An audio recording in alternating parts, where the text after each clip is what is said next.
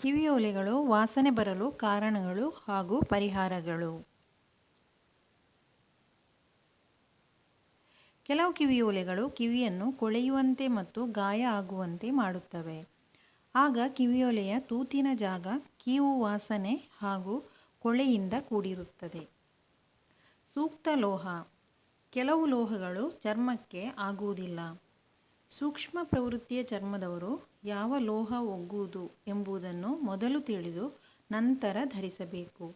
ಪದೇ ಪದೇ ಕಿವಿಯೋಲೆ ಧರಿಸಲು ಇಷ್ಟಪಡದವರು ಚಿನ್ನ ಅಥವಾ ಬೆಳ್ಳಿಯ ಲೋಹದ ಕಿವಿಯೋಲೆ ಧರಿಸಿದರೆ ಅಲರ್ಜಿಯಂಥ ಸಮಸ್ಯೆ ಆಗದು. ಕೊಳೆ ಮತ್ತು ಬೆವರು. ಕಿವಿಯೋಲೆಯ ಜಾಗದಲ್ಲಿ ಬೆವರು ನಮ್ಮ ಚರ್ಮದಿಂದ ಉಗುಳುವ ಜಿಡ್ಡುಗಳೆಲ್ಲವೂ ಸೇರಿ ದುರ್ವಾಸನೆ ಆಗುತ್ತದೆ.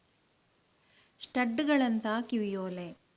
ಹ್ಯಾಂಗಿಂಗ್ ರಿಂಗ್ಗಳಂತಹ ಕಿವಿಯೋಲೆ ಧರಿಸಿದಾಗ ಈ ಸಮಸ್ಯೆ ಹೆಚ್ಚಾಗಿ ಕಾಡುವುದಿಲ್ಲ.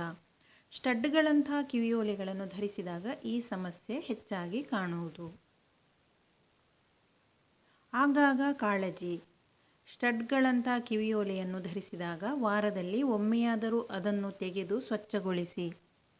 ಕಿವಿಯನ್ನು ಕೂಡ ಸರಿಯಾಗಿ ಶುಚಿಗೊಳಿಸಿ ಧರಿಸಿ. ಆಗ ಯಾವ ಸಮಸ್ಯೆ ಕೂಡ ಆಗದು. ಬಿಗಿಯಾದ ಕಿವಿಯೋಲೆ.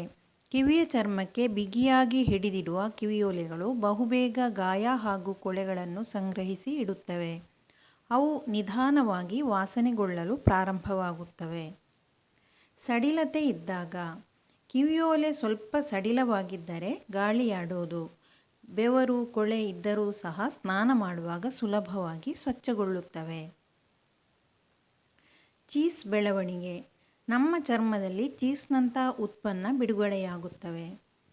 ಕಿವಿಯೋಲೆಯಂತಹ ಸ್ಥಳದಲ್ಲಿ ಅವುಗಳ ಬೆಳವಣಿಗೆ ಹೆಚ್ಚುವುದು. ನಿತ್ಯ ಸ್ವಚ್ಛ ಮಾಡದೇ ಇದ್ದಾಗ ಅದು ವಾಸನೆಯಾಗಿ ಪರಿವರ್ತನೆ ಆಗುವುದು. ನಿರಂತರ ಕಾಳಜಿ. ನಿತ್ಯವೂ ಒಮ್ಮೆ ಸ್ವಚ್ಛ ನೀರಿನಲ್ಲಿ ತೊಳೆದರೆ ಸಮಸ್ಯೆ ಉಂಟಾಗದು. ಒರಟಾದ ಹಾಗೂ ರಾಸಾಯನಿಕ ಉತ್ಪನ್ನಗಳಿಂದ ಕೂಡಿರುವ ಸೋಪ್ ಅಥವಾ ಜೆಲ್ ಬಳಕೆಯಿಂದ ಸ್ವಚ್ಛ ಮಾಡದಿರಿ. ಗಾಯಗಳು ಉಲ್ಬಣ ಆಗುವ ಸಾಧ್ಯತೆಗಳು ಇರುತ್ತವೆ.